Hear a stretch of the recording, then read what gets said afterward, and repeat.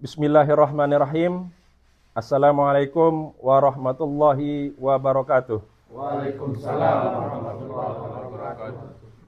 Refleksi hari ulang tahun ke-81 Republik Indonesia. Indonesia adalah negara hukum, bukan negara kekuasaan. Laskar Sasak desak Badan Kehormatan DPD RI untuk mengusut tuntas dugaan intimidasi dan arogansi oknum anggota DPD RI.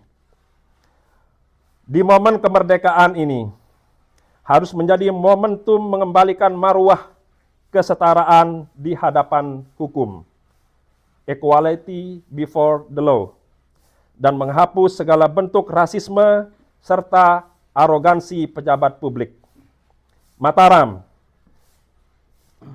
tepat di hari peringatan HUT ke-81 kemerdekaan Republik Indonesia, DPP Laskar Sasak secara tegas mengingatkan seluruh penyelenggara negara akan amanat Konstitusi Pasal 1 Ayat 3 Undang-Undang Dasar 1945. Indonesia adalah negara hukum, bukan negara kekuasaan.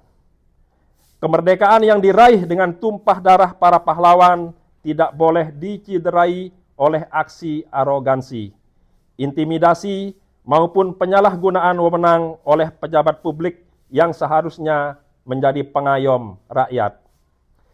Pernyataan sikap ini disampaikan menyusul laporan resmi DPP Laskar Sasak kepada Badan Kehormatan DPD RI nomor 009/LSN DPD RI 8/2026 tertanggal 14 Agustus 2026 terkait dugaan pelanggaran kode etik berat yang dilakukan oleh oknum anggota DPD RI saat proses mediasi kasus rasisme yang melibatkan warga Lombok di Bali.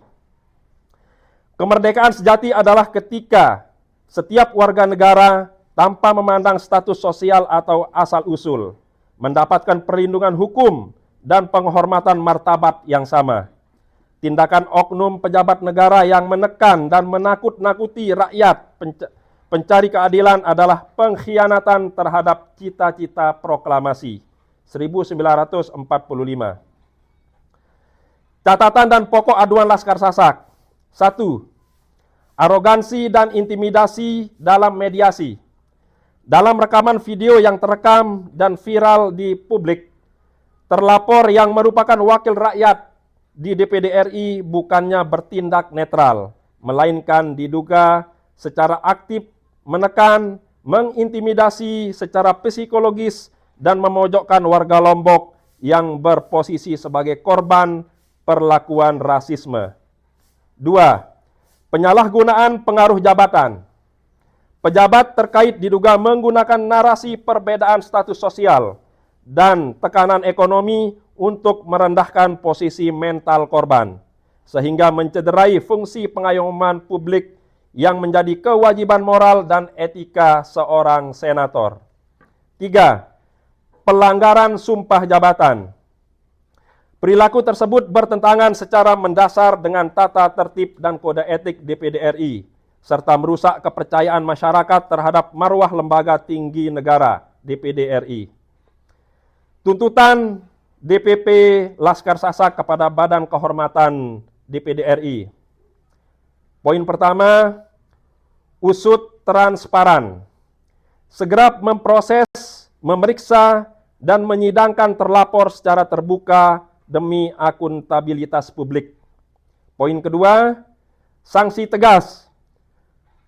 Agar menjatuhkan sanksi etik berat sesuai regulasi yang berlaku atas dugaan abuse of power dan perlakuan diskriminatif.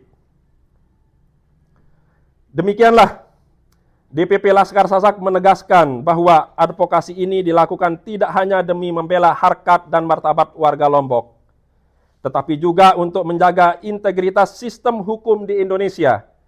Di usia Indonesia yang ke-81 tahun ini, tidak boleh ada lagi perlakuan hukum tajam ke bawah dan tumpul ke atas.